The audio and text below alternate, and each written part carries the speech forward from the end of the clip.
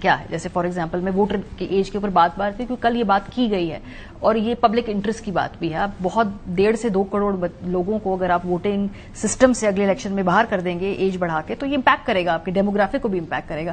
اس کی ضرورت کیا ہے, اس کی منطق کیا ہے؟ دیکھیے ابھی اس کی گورنمنٹ کی سطح کے اوپر کسی طرح کی کوئی ڈبیٹ یا بحث مباحثہ ابھی نہیں ہوا.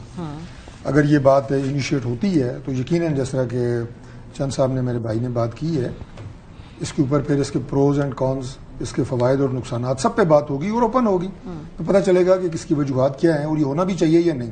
تو میں ابھی اس کے گواہی کے خلاف دلائل نہیں دے رہا کیونکہ آپ بھی کانسٹیٹوئنسی کی پالیٹکس کرتے ہیں نا, وہاں پہ نوجوان آپ کو بھی ملتے ہوں گے. دیکھیے بات یہ ہے کہ نوجوان نسل کی جذبات کا اور ان کی جو پارٹیسپیشن ہے میں تو اس کے حق میں ہوں کہ ان کا سسٹم کے اندر ان کا رول رہنا چاہیے.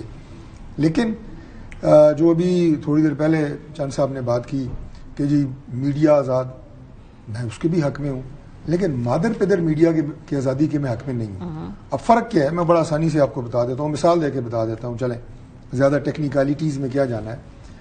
ابھی 2-4 دن پہلے ایک ڈرگ ڈیلر خاتون جو ہے وہ گرفتار ہوتی ہے. اس کی جو میڈیا نے 6 گھنٹے جو ایک متنازع کیٹ واک دکھائی ہے, کیا یہ میڈیا کی آزادی ہے؟ میں تو حیران ہوں کہ میڈیا کو ریگولیٹ کرنے والے اداروں نے اجازت کیسے دی کہ آپ اس کی وہ متنازع کیٹ واک دکھا رہے ہیں, سارے کے سارے چینل دکھا رہے ہیں. یہ کوئی طریقہ ہے جس معاشرے میں ہم رہ رہے ہیں, لوگ فیملی اور بچوں کے ساتھ بیٹھ کے ٹی وی دیکھ رہے ہوتے ہیں. So this is not okay, this is not fine, this should not happen.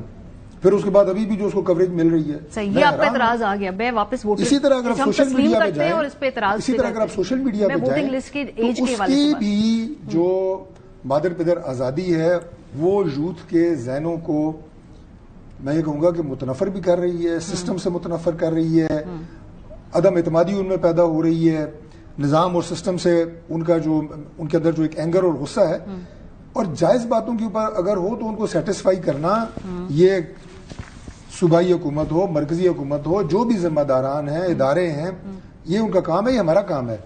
لیکن جس طرح ابھی جو ایک پولیٹیکل آپ یہ کہیں کہ تفریق پرولیفریشن جو ہے ان کے ذہن میں بھی ڈالی گئی ہے, جو نفرت اور جو غصہ, مجھے یہاں پہ آپ کے یورپین ایمبیسڈرز یہ بات آج سے 2 سال پہلے 3 سال پہلے الیکشن سے بھی پہلے انہوں نے کہا, مجھے ترجمہ آپ کو سنا دیتا ہوں, انہوں نے کہا do you know the level of hatred which you have injected, جو آپ نے ان کے ذہنوں میں ٹھوک دی ہے, نفرت آپ سمجھتے ہیں کہ جو بیلٹ کے ذریعے غصے کا اظہار زیادہ صحت مند ہے اگر آپ وہ چینلائز؟ میں بالکل یہ نہیں کہہ رہا, لیکن میں یہ کہہ رہا ہوں کہ ان ساری چیزوں کو ہمیں کنٹرول کرنے کی ضرورت ہے اور یوتھ کو اس سسٹم کے اندر رہنے کی میں حق میں ہوں. میں بالکل نہیں کہہ رہا کہ ہم انہیں سائڈ لائن کریں, میں تو بالکل اس کے حق میں ہوں. اور دوسری بات یہ ہے کہ جو آپ نے کہا کہ پہلے سوال آپ نے چند صاحب سے کیا تھا کہ جن ٹاپکس کا بھی ذکر ہو چکا ہے, اگین NFC ہے, پاپولیشن ہے, ایجوکیشن ہے, تو اب کیسے ان پہ کنسنسس ہوگا. تو بات یہ ہوتی ہے کہ اس میں گیو اینڈ ٹیک ہوتا ہے. یہاں مثال کے طور پہ پاپولیشن کے حوالے سے 6 نکات لے کے جاتے ہیں,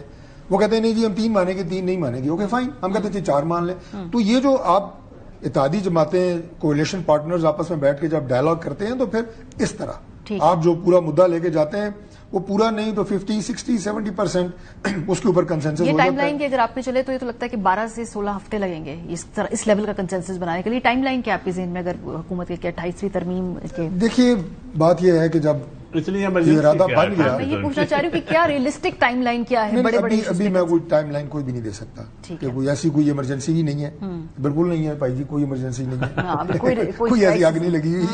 یہ پرسکون طریقے سے جب ہم سارے تیار ہو جائیں گے, اور پھر صرف پیپلز پارٹی تو نہیں ہے نا جی, MQM بھی ہے ہمارے ساتھ, PMLQ بھی ہے, IPP بھی ہے, لیکن بڑا تو کنسنسس تو آپ نے پیپلز پارٹی کو منانا, پیپلز پارٹی کو منانا ذرا باقیوں سے مشکل ہوتا ہے. باقی ذرا بات ہماری جلدی